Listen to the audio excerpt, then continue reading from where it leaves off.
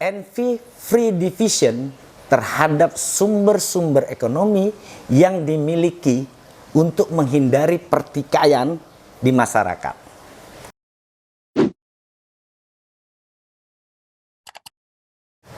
Hari baik dan berkah bagi kita semua. Teman-teman pernah nonton film Shooter nggak? Ini film fiksi aksi tahun 2007 kalau nggak salah, yang dibintangi oleh aktor Hollywood Mark Wahlberg. Saya setengah tertarik dengan film ini karena pada satu adegan seorang senator di Amerika melontarkan pernyataan yang menurut saya maknanya begitu dalam di film ini. Menarik karena dari pesan tersebut bahwa keberpihakan itu bias dan tidak ada yang namanya ideologi kelompok. Menurut senator ini ya, semuanya berebut untuk hal yang sama, sebuah kepentingan untuk memiliki, dan untuk bisa memiliki dibutuhkan sebuah kekuasaan. Pilihan yang tersedia hanya dua: berada dalam lingkaran kekuasaan atau menarik diri dari garis kekuasaan, sehingga membentuk kelompok penguasa dan komunitas di luar kekuasaan tersebut. Lalu, mengapa, pertanyaannya ya, mengapa masih ada konflik? Bukankah keputusan untuk berada di pihak penguasa maupun di luarnya itu merupakan pilihan yang diambil oleh masing-masing pihak secara merdeka, tidak ada intimidasi. Nah, konflik ataupun potensi konflik muncul disebabkan oleh keberadaan sebuah hasrat, yakni keinginan untuk tetap berkuasa atau merebut kekuasaan. Karena apa? Karena ketakutan akan kehilangan akses ekonomi. Pertanyaan lanjutannya adalah, apakah konflik tersebut dapat dicegah? Nah, secara referensi literatur saya coba cari, Weidich tahun 2008 dengan menggunakan pendekatan game theory berpendapat bahwa pertikaian antar kelompok di masyarakat itu dapat dicegah jika terdapat jaminan bahwa tidak ada satu kelompok pun di masyarakat yang memiliki kekuatan politik dominan, baik itu kaum mayoritas maupun minoritas. Alumni Berkeley ini mengambil contoh konflik kaum Sunni dan Syiah di Irak. Pertikaian menurut si Weidich ya, dipicu oleh kekhawatiran pihak Sunni atas dominasi kelompok Syiah terhadap sumber-sumber cadangan minyak dan posisi-posisi strategis di pemerintahan, baik birokrasi, militer, dan lembaga politik di Irak. Sementara pakar game teori lainnya dari New York University, yaitu Stephen Brams, menyarankan penerapan 3 mekanisme untuk mencegah konflik. Pertama adalah, si Brams ini bilang, mekanismenya envy free division terhadap sumber-sumber ekonomi yang dimiliki untuk menghindari pertikaian di masyarakat. Mekanisme ini sebenarnya sangat sederhana, tapi begitu efektif untuk mencegah keributan. Analogi envy free division itu seperti ini. Misalnya gini ya, saat Anda pulang kerja lembur, kemudian mendapat jatah sepotong roti dari kantor.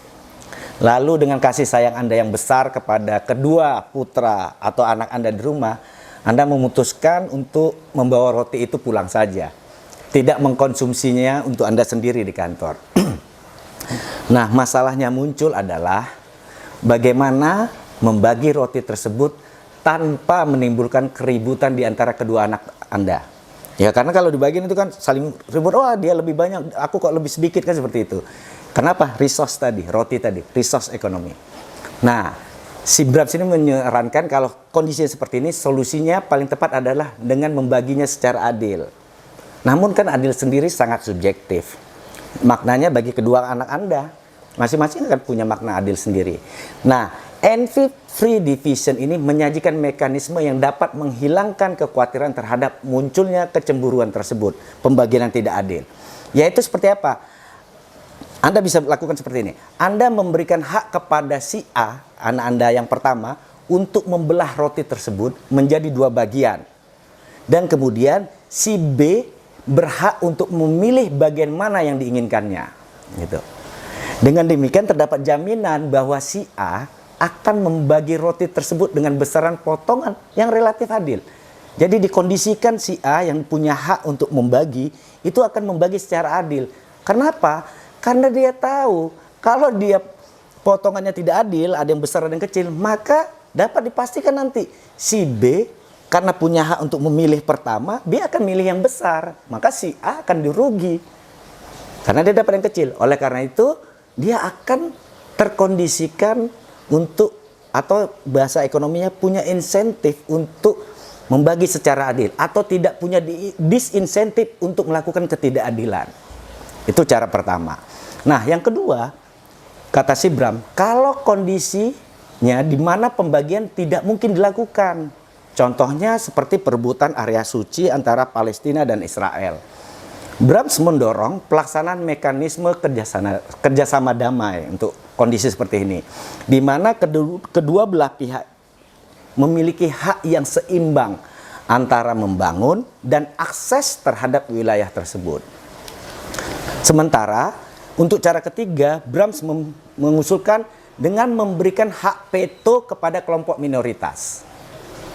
Pemberian veto ini menciptakan kepercayaan satu sama lainnya. Kaum mayoritas dapat dipercaya meski memiliki kekuasaan, karena setiap penyalahgunaan, kalau kaum mayoritasnya punya moral hajat menyalahgunakan kemayoritasnya, dia akan dapat langsung diveto oleh kaum minoritas. Sebaliknya kaum minoritas pun merasa aman dan bebas dari rasa takut terhadap dominasi kelompok mayoritas. Kenapa? Karena mereka punya hak veto. Nah, itu yang disarankan oleh si Brahms. Tapi kalau kita perhatikan ya, teori-teori di atas tadi yang sudah saya sampaikan baik si Weyrich maupun Brahms, itu kalau menurut saya asumsinya bahwa masing-masing kelompok tadi, baik kaum mayoritas maupun minoritas, kelompok penguasa ataupun yang di luar kekuasaan, itu sifatnya homogen. Padahal kan kenyataannya di lapangan, komponen-komponen pendukung setiap kelompok tadi itu sifatnya heterogen, tidak seragam. Artinya gini, di setiap kelompok tersebut, baik yang mayoritas, minoritas, kelompok penguasa dan non-penguasa, itu terbagi lagi. Di dalam itu ada faksi-faksi lagi yang secara umum bisa kita bilang ada yang paham garis keras dan ada yang moderat. Nah, apalagi ada isu berikutnya adalah keberadaan elit di masyarakat. Ini poinnya krusial kalau menurut saya. Baik elit yang ada di komponen atau kelompok garis keras maupun kelompok moderat. Nah, entah itu berasal dari kelompok mayoritas maupun minoritasnya. Apakah sedang berkuasa atau memposisikan diri di luar kekuasaan. Tingkat kepercayaan di antara para elit inilah yang menentukan eksistensi sebuah konflik. Siapa mengendalikan apa?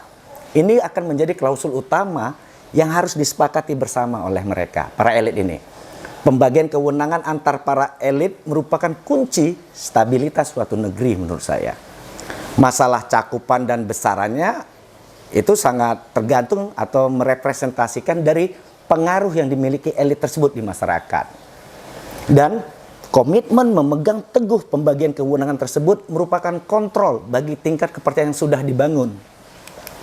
Nah, itu bagaimana menjaga kepercayaan antar elit di berbagai kelompok tadi supaya stabilitas terwujud. Nah, berikutnya adalah bagaimana kita menjaga harmonisasi atau kondisi yang harmonis antara elit dan pengikutnya. Maka kita butuh sebuah mekanisme kontrol dalam relasi elit dan pengikutnya. Mekanisme yang dapat menjaga kepercayaan kelompok akar rumput kepada pemimpinnya. Jangan sampai di saat kalangan bawah saling bersih tegang, para elitnya itu saling bersenda gurau, menyeruput hangatnya kopi dan lembutnya dentingan piano sembari bercerita indahnya benua Eropa. Sekian sharing singkat kali ini. Sampai ketemu pada bab berikutnya yang mungkin insya Allah sebagai pamungkas nanti terkait isu adil dan keadilan dari perspektif ekonomi. Dukung terus kanal ini agar dapat berkarya, karena sejatinya cita-cita sebuah karya adalah kebermanfaatan. Salam Indonesia berkualitas, berkelas, dan berjaya.